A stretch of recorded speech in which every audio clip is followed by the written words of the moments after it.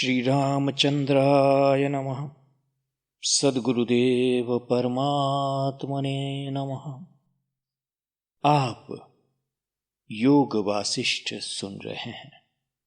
आप श्री वाल्मीकि जी, श्री वशिष्ठ महाराज, श्री विश्वामित्र जी मुनियों के और राजा दशरथ की सभा तथा श्री रामचंद्र जी की आध्यात्मिक सन्निधि में उपस्थित है। मूकं करोति वाचालं पंगुं लंघयते गिरिं यत्कृपा तमहं वन्दे परमानंद माधवम्। यं ब्रह्मा वरुणेन्द्ररुद्रमरुतः स्तुन्वन्ति दिव्यैः स्तवैर्वेदैः साङ्गपदक्रमोपनिषदैर्गायन्ति यं सामगाः। ध्यानावस्थित तद्गतेन मनसा पश्यन्ति यं योगिनो यस्यान्तं न विदुः सुरासुरगणा देवाय तस्मै नमः। श्री रामचंद्र भगवान की जय। सद्गुरुदेव परमात्मने नमः। सर्ग 13 और 14 में हम लोगों ने देखा कि रामचंद्र जी कहते हैं धन संपत्ति तथा आयु की निस्सारता एवं दुख रूपता का वर्णन करते हैं। अब आगे सुनिए। यहां पर हम सर्ग 15 और 16 पढ़ रहे हैं।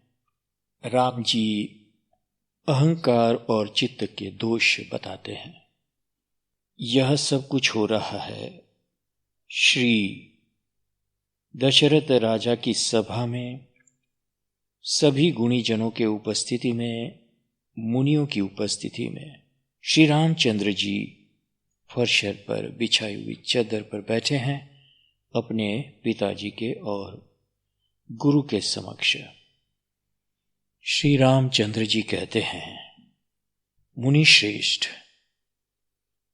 यह अनेक रूप वाला संसार दीनों से भी दीन विषय लंपट लोगों को अहंकार के वशीभूत होने के कारण ही निरंतर राग द्वेष आदि दोषों के कोश रूप अनर्थ की प्राप्ति कराता रहता है।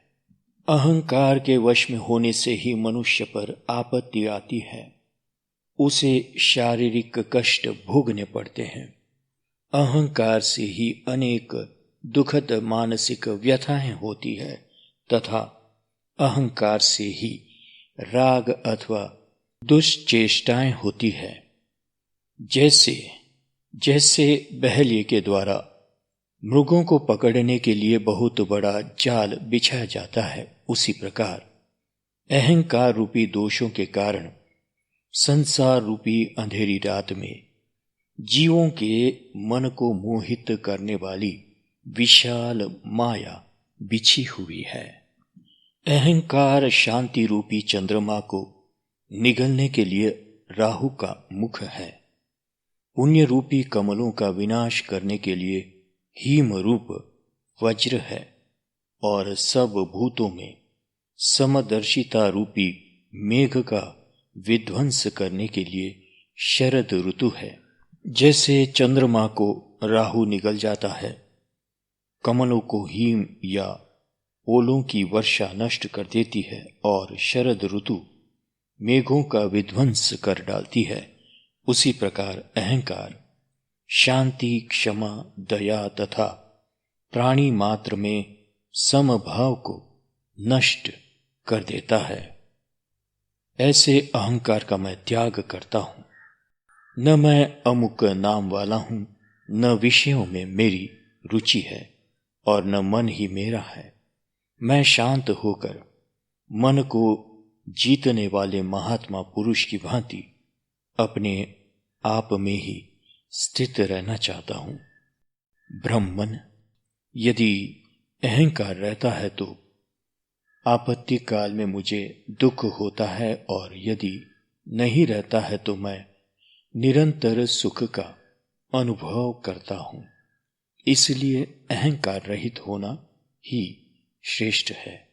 मुने, मैं अहंकार का त्याग करके शांत चित्त हो उद्वेग शून्य होकर बैठा रहता हूं, क्योंकि भोगों के समूह का आधार ही क्षण भंगुर है। इस देह रूपी विशाल वन में जो घनीभूत अहंकार रूपी मोटा ताजा सिंह है, उसी ने इस जगत का विस्तार किया है, इसे अपनी क्रीड़ा स्थली बनाया है। मुने, जैसे शत्रु किसी को मारने के लिए मंत्र तंत्र के द्वारा मारण उच्चाटन आदि का जाल फैलाता है, उसी प्रकार इस अहंकार रूपी महान शत्रु ने संसार में जीव का पतन करने के लिए बिना मंत्र तंत्र के ही स्त्री पुत्र मित्र आदि के जाल फैला रखे हैं। इस अहंकार का मूलोच्छेद पूर्वक निराकरण कर देने पर ये सभी मानसिक दुश्चिंताएं तुरंत अपने आप विलीन हो जाती है। अहंकार रूपी बादल के फट जाने पर शांति का विनाश करने वाला एवं हृदय आकाश में छाया हुआ महान मोह रूपी कुहासा धीरे धीरे न जाने कहां विलीन हो जाता है। महानुभाव मुनीश्वर, जो संपूर्ण आपत्तियों का घर, शांति आदि उत्तम गुणों से रहित तथा हृदय के भीतर निवास करने वाला है, उस अनित्य अहंकार का मैं आश्रय लेना नहीं चाहता, उसके अधीन होना नहीं चाहता। अपने सुदृढ़ विवेक के द्वारा मैं अच्छी तरह समझ गया हूं कि यह अहंकार नामक वस्तु सब ओर से अतिशय दुख रूप ही है। अतः अब मेरे लिए जो कुछ भी कर्तव्य शेष रह गया हो, उसे बताते हुए आप मुझे अध्यात्म विषयक उपदेश दीजिए। मुनीश्वर, जैसे वायु के प्रवाह में पड़कर मोर पंख का अग्रभाग वेग से हिलता रहता है, उसी प्रकार यह चंचल चित्त भी अत्यंत व्यग्र होकर व्यर्थ ही इधर उधर दौड़ता रहता है। जैसे कुत्ता अपना पेट भरने के लिए व्याकुल हो गांव में दूर दूर से दूर तक के घरों या स्थानों का चक्कर लगाया करता है, वही दशा इस चंचल मन की है। इसे कहीं भी कोई अनुकूल वस्तु नहीं प्राप्त होती, इसलिए यह दीन बना रहता है। यदि इसे कभी विशाल धन का भंडार प्राप्त हो जाए तो भी यह भीतर से तृप्त नहीं होता। जैसे बांस या बेत की बनी हुई पिटारी कभी जल से नहीं भरती, उसी प्रकार धन से मनुष्य का जी नहीं भरता। मुने, जैसे अपने झुंड से बिछुड़कर जाल में जकड़े हुए मृग को कभी सुख नहीं मिलता, उसी प्रकार समस्त साधनों से शून्य एवं सत्संग रहित मन सदा दुर्वासनाओं के जाल में जकड़ा रहता है। इसलिए उसे कभी सुख और संतोष नहीं प्राप्त होता। मुने, तरंगों के समान चंचल वृत्ति को धारण करने वाला यह मन अपने स्थूल सूक्ष्म अवयव विभागों को छोड़कर एक क्षण के लिए भी हृदय में स्थिर नहीं रहता।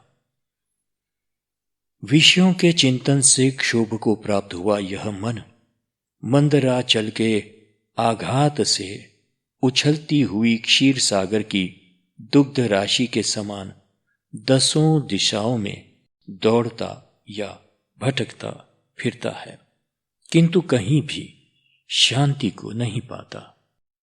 ब्राह्मण जैसे मृग गड्ढे में गिरने की कोई चिंता न करके हरी हरी दूब चरने की इच्छा से प्रेरित हो बहुत दूर तक दौड़ लगाता रहता है, उसी प्रकार यह मन नरक के गर्त में गिरने की परवाह न करके भोग लाभ की आशा से बड़ी दूर तक चक्कर लगाता रहता है, भांति भांति के मनसूबे बांधता रहता है। जैसे पिंजड़े में बंद किया हुआ सिंह चिंता के कारण एक जगह स्थिर होकर नहीं रहता, उसी तरह नाना प्रकार की चिंताओं से अत्यंत चपल हुआ मन अपनी चंचल वृत्ति के कारण कहीं स्थिर नहीं रह पाता। जैसे हंस जल से दूध को निकाल लेता है, वैसे ही मोह रूपी रथ पर आरूढ़ हुआ यह मन भी इस शरीर से उद्वेग शून्य समता के सुख का अपहरण कर लेता है। ब्राह्मण मन रूपी ग्रह अग्नि से भी अधिक उष्ण है, उसके ऊपर चढ़ना पर्वत पर चढ़ने से भी अधिक कठिन है तथा वह वज्र से भी बढ़कर कठोर है, उसको वश में लाना बहुत ही कठिन है। जैसे मांस भक्षी पक्षी मांस पर टूट पड़ता है, उसी प्रकार मन भी इंद्रियों द्वारा उपलब्ध होने वाले विषयों की ओर दौड़ पड़ता है। परंतु जैसे बालक पहले तो खिलौनों की ओर ललकता है, फिर उसे पाकर थोड़ी ही देर में उससे मुंह मोड़ लेता है, उसी तरह यह मन प्राप्त हुए विषयों से क्षण भर में ही विरत हो जाता है और नए नए विषय की खोज करने लगता है। समुद्र को पी जाना, सुमेरु पर्वत को जड़ से उखाड़ फेंकना तथा अग्नि का ही आहार करना, ये महान एवं दुसाध्य कार्य है, परंतु चंचल चित्त को वश में कर लेना इससे भी महान एवं कठिन कार्य है। संपूर्ण पदार्थों का कारण चित्त ही है। जब तक चित्त है तभी तक तीनों लोकों की सत्ता है, उसके क्षीण होते ही जगत क्षीण हो जाता है। इसलिए इस चित्त रूपी रोग की यत्नपूर्वक चिकित्सा करनी चाहिए। मुने, जैसे महान पर्वत से अनेकों अनेक वनों एवं काननों की उत्पत्ति होती है, उसी प्रकार मन से सैकड़ों सुख दुख पैदा हुए हैं, इसमें संशय नहीं है। अध्यात्म विषयक विवेक से जब यह मन दुर्बल हो जाता है, तब ये सारे सुख दुख निश्चय ही पूर्ण रूप से गल जाते हैं, ऐसा मेरा विश्वास है। महान मुमुक्षु पुरुष जिसके जीते जाने पर शम दम क्षमा दया समता शांति संतोष सरलता आदि समस्त सद्गुणों के स्वाधीन होने की आशा करते रहे हैं, उस शत्रु रूप चित्त को जीतने के लिए मैं सब प्रकार से उद्यत हुआ हूं। अतएव जैसे चंद्रमा मेघमाला का अभिनंदन नहीं करता, उसी प्रकार मैं तीव्र वैराग्य संपत्ति से युक्त होने के कारण जड़ और मलिन विलास वाली लक्ष्मी का अभिनंदन नहीं करता। आगे सर्ग 17 है, इसमें तृष्णा की निंदा की है। श्री रामचंद्र जी कहते हैं, मुनीश्वर, चेतन जीव रूपी आकाश में हृदय के अज्ञान अंधकार से परिपूर्ण दुस्तर तृष्णा रूपिणी रात्रि का सहारा पाकर नाना प्रकार के दोष रूपी उल्लुओं की जमाते क्रियाशील हो उठती है। जैसे रात में ओस के कणों से अभिषिक्त तथा आसपास के उपवनों में खिले हुए कांचन पुष्प धतूरे के फूल की उज्जवल शोभा से सुशोभित चने की फलियां निश्चय ही अधिक विकास को प्राप्त होती है, उसी प्रकार अनेक तरह के दुखमय विलापों से प्रकट हुए अश्रु बिंदुओं से आर्द्र तथा निकटवर्ती स्वर्ण आदि की अभिलाषा द्वारा उज्जवल हुई चिंता या तृष्णा अवश्य अधिकाधिक बढ़ने लगती है। जैसे समुद्र के भीतर भंवर एवं हलचल उत्पन्न करने के लिए ही तरंगे उठा करती है, उसी तरह हृदय को चंचल बना देने वाली तृष्णा अंतकरण में भ्रम एवं आकुलता पैदा करने के लिए ही उस सीमा तक आ पहुंचती है जहां वह धनादि की प्राप्ति के लिए कष्टप्रद उत्साह को बढ़ावा देती है। यद्यपि तृष्णा के वेग को रोकने के लिए यह चित्त रूपी चातक नाना प्रकार की चेष्टाएं करता है, तथापि जैसे आंधी सड़े गले तिनके को न जाने कहां से कहां उड़ा ले जाती है, उसी प्रकार कलंकिनी तृष्णा ने इसे न जाने कहां किस अयोग्य अवस्था में पहुंचा दिया है। जैसे जाल से फंसे हुए पक्षी अपने घोंसले में जाने की शक्ति से वंचित हो वहीं शोक दुख से मोहित हो जाते हैं, वैसे ही हम लोग चिंता या तृष्णा के जाल में फंसकर अपने पारमार्थिक स्वरूप को प्राप्त करने में असमर्थ हो मोह में डूबे रहते हैं। तृष्णा एक पागल घोड़ी के समान है जो यहां से दूर दूर जाकर बारंबार लौटाती है और फिर तुरंत ही संपूर्ण दिशाओं में चक्कर काटने लगती है। जैसे घटी यंत्र रहट के ऊपर लगी हुई रस्सी घट के साथ सदा ऊपर नीचे आती रहती है, जड़ या जल से संबंध रखती है, अपने भीतर गांठे रखती है एवं चंचल बनी रहती है, उसी तरह यह तृष्णा धर्म और अधर्म के अनुसार सदा स्वर्ग तथा नरक के गमनागमन कराती चेतन और जड़ की ग्रंथि से जुड़ी रहती, जड़ पदार्थों से संबंध रखती और सदा विक्षुब्ध बनी रहती है। जो देह के भीतर मन में गुथी हुई है, जिसका छेदन करना प्रायः सभी के लिए अत्यंत कठिन है, उस तृष्णा के द्वारा मनुष्य उसी प्रकार शीघ्र भारवाही बना लिया जाता है जैसे रास की रस्सी बैल को तत्काल भार ढोने के लिए विवश कर देती है। जैसे बहेलिए की स्त्री पक्षियों को फंसाने के लिए जाल बनाती है, उसी प्रकार सदा आकर्षणशील स्वभाव वाली तृष्णा लोगों को फंसाने के लिए स्त्री पुत्र और मित्र आदि की परंपरा रचती रहती है। यद्यपि मैं धीर हूं, तथापि भयानक काली रात के समान तृष्णा मुझे भयभीत सा कर देती है।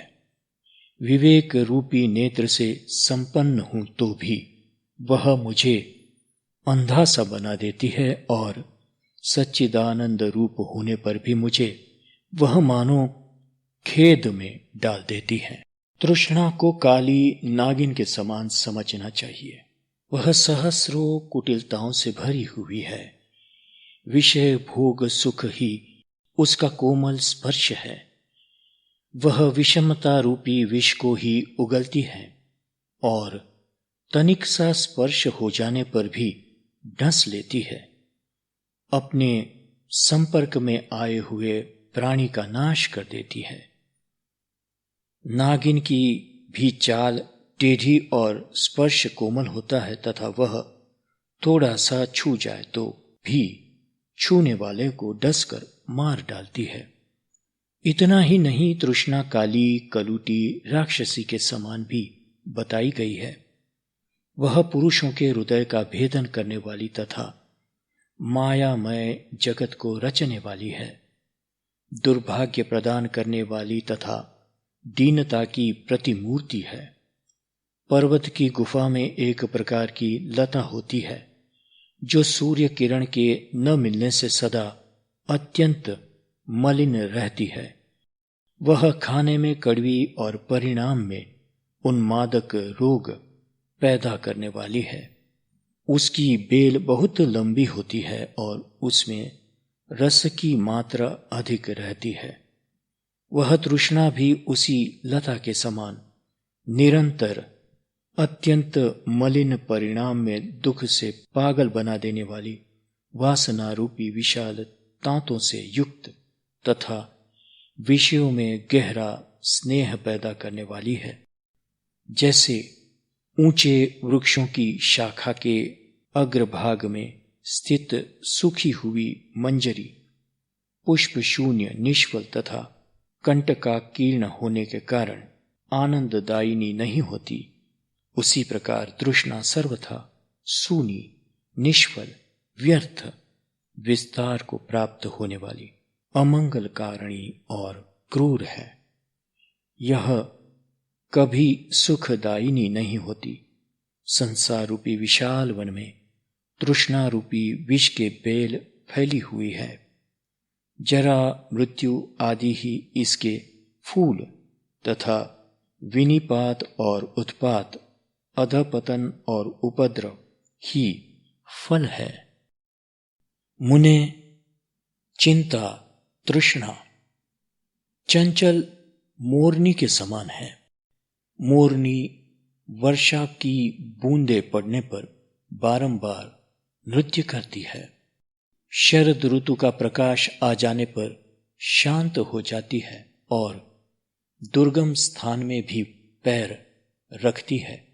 इसी तरह तृष्णा भी कोहरे के समान मोह के आवरण में स्फुरित होती है, नाच उठती है। विवेक का प्रकाश छा जाने पर शांत हो जाती है और असाध्य वस्तुओं में भी पांव रख देती है।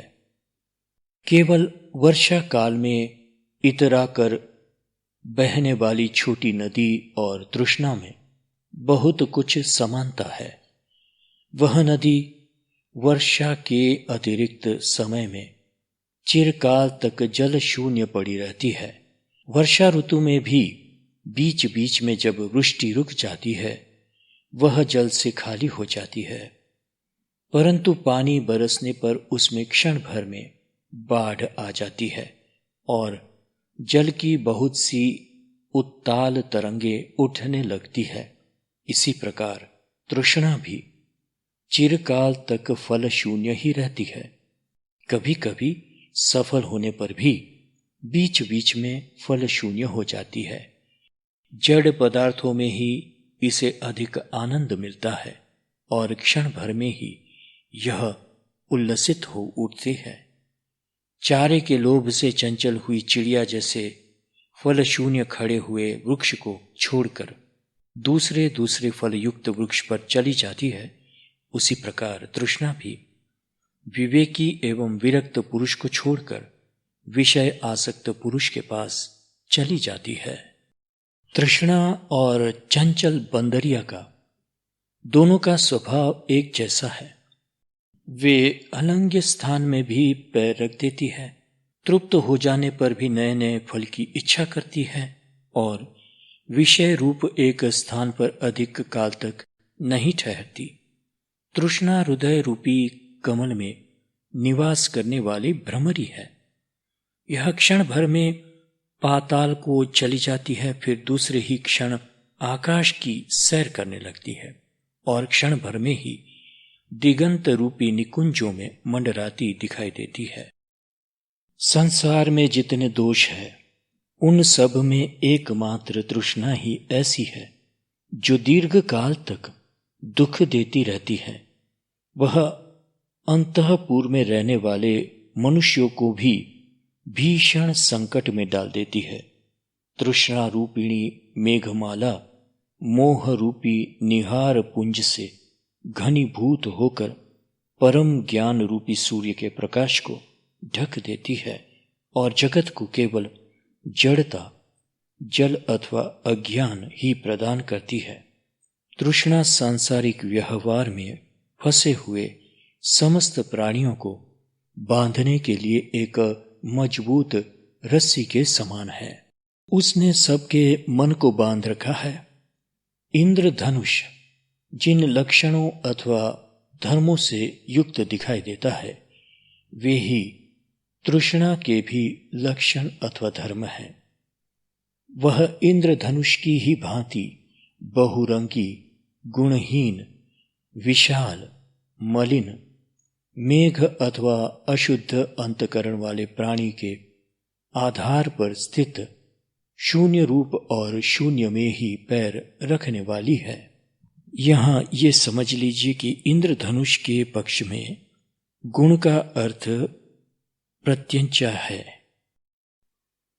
आगे सुनिए। तृष्णा गुण रूपी हरी भरी खेती को नष्ट करने के लिए वज्रपात के समान है। आपत्तियों को बढ़ाने के लिए उस शरद ऋतु के तुल्य है जिसके आने पर धान आदि की खेती पकी हुई बालों से संपन्न हो जाती है। तत्वज्ञान रूपी कमलों का विध्वंस करने के लिए ओले के सदृश और अज्ञान रूपी अंधकार की वृद्धि के लिए वह हेमंत की लंबी रात के समान है। तृष्णा इस संसार रूपी नाटक की नटी है। प्रवृत्ति रूप नीड में निवास करने वाली पक्षिणी है। मनोरथ रूपी महान वन में विचरने वाली हरिणी है और काम रूपी संगीत को उद्बुद्ध करने वाली वीणा है। वह व्यवहार रूपी समुद्र की लहर है। मोह रूपी मत वाले गजराज को बांधे रखने के लिए सांकल है। सृष्टि रूपी वटवृक्ष की सुंदर वरोह है और दुख रूपी कुमुदों को विकसित करने वाली चांदनी है।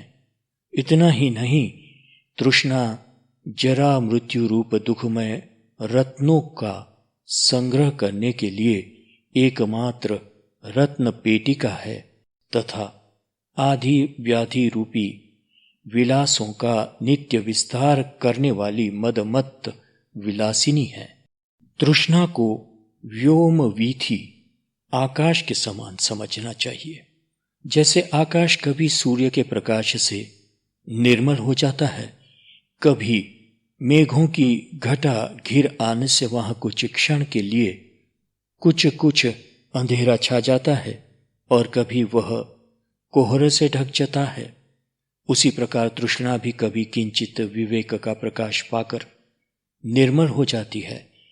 विवेक न होने पर अज्ञान से मलिन रहती है तथा कभी कोहरे के समान मोह से आवृत हो जाती है।